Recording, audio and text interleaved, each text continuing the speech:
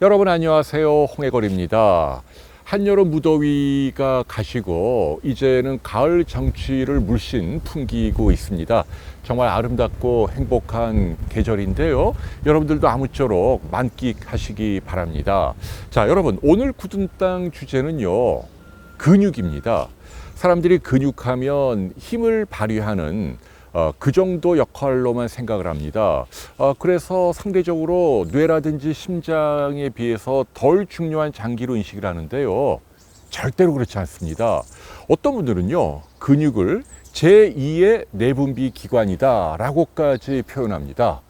그러니까 근육이 힘만 발휘하는 게 아니고 호르몬도 분비하고요. 그 다음에 우리 성인병을 예방하는 데 아주 중요한 역할을 한다라는 얘기죠. 며칠 전 저희 비욘디 인사이트 인터뷰에 서울 아산병원 한기훈 교수님이 오셨는데요. 이분이 아주 중요한 얘기를 했습니다. 고지혈증 환자들 콜레스테롤 수치만 연연해야 하는데 사실 그 못지않게 중요한 게 팔다리의 근육을 키우는 거다라는 말씀을 해주셨죠. 팔다리 근육이 콜레스테롤 가운데 동맥경화를 유발하는 나쁜 기름이죠. 중성 지방을 쭉 흡수하는 저수지 역할을 한다. 그래서 나중에 에너지가 필요할 때 내놓고 불필요하게 혈액 중에 높은 농도를 유지할 때는 근육이 딱 붙잡고 있다는 얘기죠. 사실은 포도당에 대해서는 근육의 저수지 역할이 널리 알려진 사실인데요. 한 교수님 말씀대로라면 중성지방도 우리 근육이 그런 역할을 한다는 거니까요. 굉장히 중요한 겁니다. 여러분 팔다리 근육의 볼륨, 부피를 키우는 게 당뇨도 예방하고 동맥경화나 고지혈증도 예방하는데 아주 중요한 역할을 한다는 얘기죠. 그래서 여러분 이렇게 선선한 계절 가을에는 근육을 좀 키우셔야 합니다. 그런데 한 가지 재밌는 연구 결과가 며칠 전에 발표됐습니다. 또 서울 아산병원인데요. 김홍규 교수님이 의미 있는 논문을 하나 발표했죠. 국제적인 학술 잡지인 오비스티에도 게재가 됐는데요. 쉽게 얘기하면 우리나라 사람들 수만 명을 대상으로 복부 CT를 찍어서 우리 척추나 복근 주변의 근육 안에 지방량을 체크를 했는데 근육 안에 하얀 지방이 하나도 없을수록 당뇨나 고혈압이나 고지혈증이 훨씬 적었다라는 내용입니다. 쉽게 얘기하면 근육에도 질이 있다는 얘기입니다. 근육의 부피가 커도 질이 떨어지면 쉽게 얘기하면 하얗게 기름이 많이 낀 근육이면 성인병 예방 효과가 떨어진다는 얘기죠. 이해가 되시죠? 그러니까 우리가 고기를 먹을 때 마블링이 잘 된 걸 좋아하잖아요. 툭불 등심이든 뭐 와규든 값도 비싸고요. 그런데 내 몸의 근육은 정반대다. 오히려 간 고등어처럼 기름기가 하나도 없이 순 살코기 단백질로만 구성된 그런 근육이라야 한다는 뜻입니다. 자, 이와 같은 맥락에서 7년 전 제가 촬영한 영상 하나를 여러분께 보여드리겠습니다. 척추 근육을 MRI 사진으로 보셨는데요. 실제 근육은 어떤 모습일까요? 자, 이쪽은 마블링이 잘 된 꽃등심입니다. 맛은 있습니다만은 이런 근육이면 곤란하겠죠. 자, 다른 한쪽은 선홍빛깔이 뚜렷한 일반 등심, 순살코기입니다.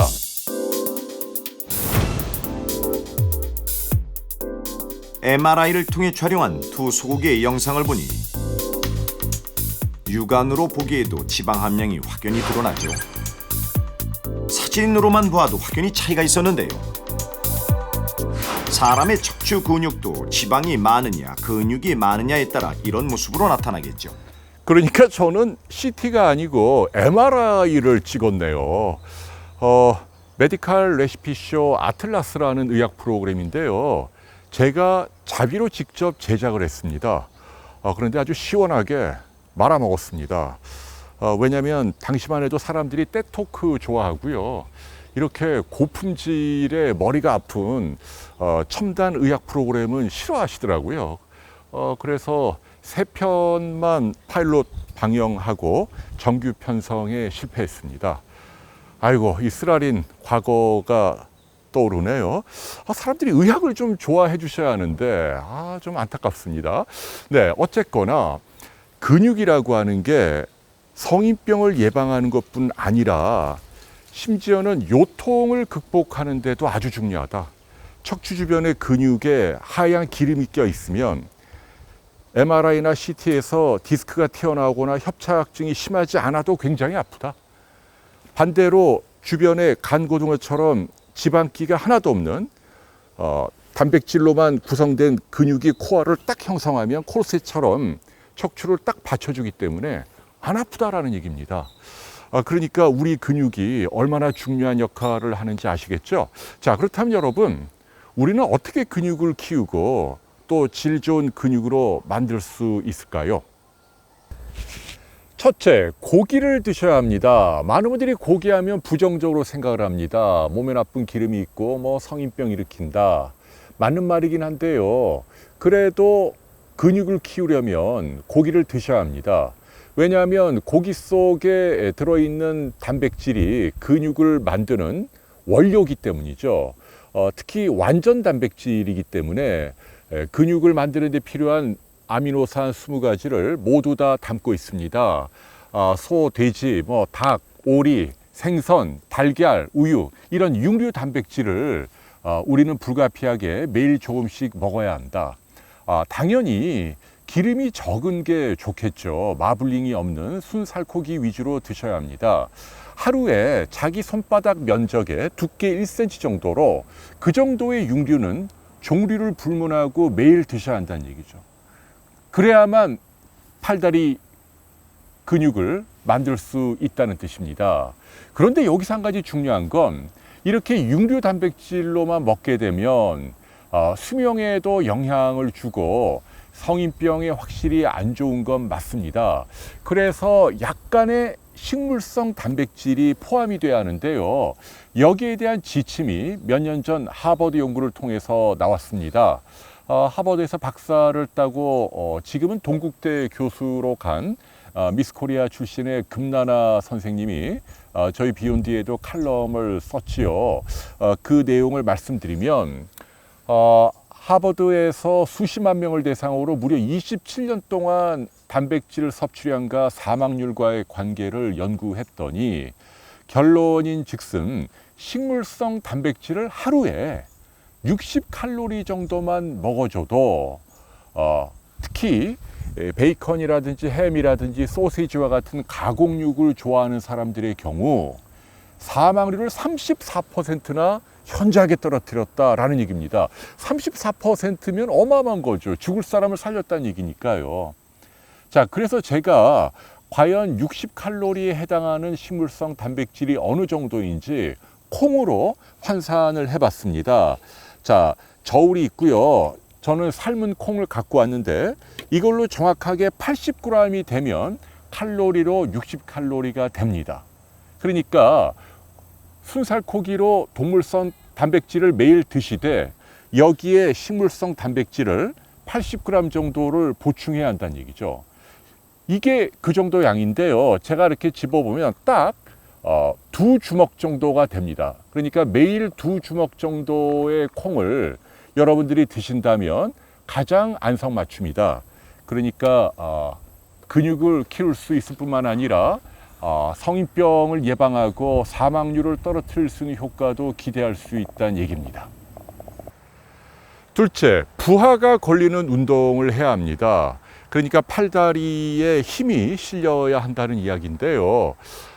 저는 사실은 헬스클럽이라든지 도구를 이용한 방법도 좋지만 연령대가 중노년 이후라면 관절의 부상도 있기 때문에 사실은 언제 어디서나 손쉽게 할 수 있는 근력 운동 방식을 익힐 필요가 있다고 생각을 합니다. 쉽게 얘기하면 케겔 운동을 연상해 보십시오. 그러니까 우리 몸 어느 부위나 내가 원하는 특정 부위에 여러분들이 4, 5초 정도 힘을 세게 줬다가 풀어주는 겁니다. 주먹을 세게 줬다가 풀어주는 겁니다. 아니면 오른쪽 다리에 힘을 세게 줬다가 풀어주는 방식이죠. 사무실에서도 의자에 앉아서도 TV를 보면서도 손쉽게 할 수 있다는 얘기입니다. 기왕이면 이제 족보에 있는 운동을 하면 좋겠죠. 뭐 스쿼트 같은 거, 그렇지 않습니까? 아니면은 뭐 플랭크 운동 같은 거. 이렇게 하시면 척추 주변의 코어 근육을 훌륭하게 단련시킬 수 있다는 얘기입니다. 그러니까 원하는 부위의 근육을 내가 의도대로 수축했다 힘을 빼는 방식을 해보시기 바랍니다. 며칠 전 수술장에서 CCTV를 설치해야 한다는 법안이 국회를 통과했습니다. 사실은 옛날에는 저는 이 법안에 찬성했습니다. 의사들의 자업자득이라고 생각을 한 거죠. 그런 얘기 있잖아요. 왜 유례 없이 변호사들 취업 제한을 하느냐.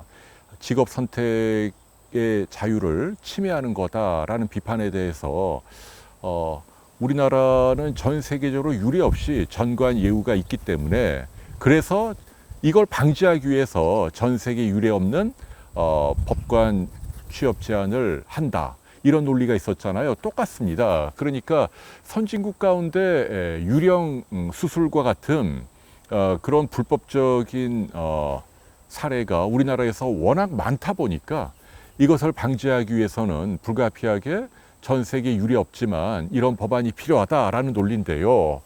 근데 지금은 제 생각이 좀 많이 바뀌었어요. 왜냐하면 취지는 좋은데 아무리 생각해도 저는 득보다 실이 훨씬 클 것 같습니다. 일단은 환자의 민감한 부위가 노출될 수 있다. 해킹 등을 통해서 이런 우려도 있지만 저는 그거보다 훨씬 더 걱정하는 게 의사 환자 간 신뢰가 기본적으로 훼손될 것 같아요.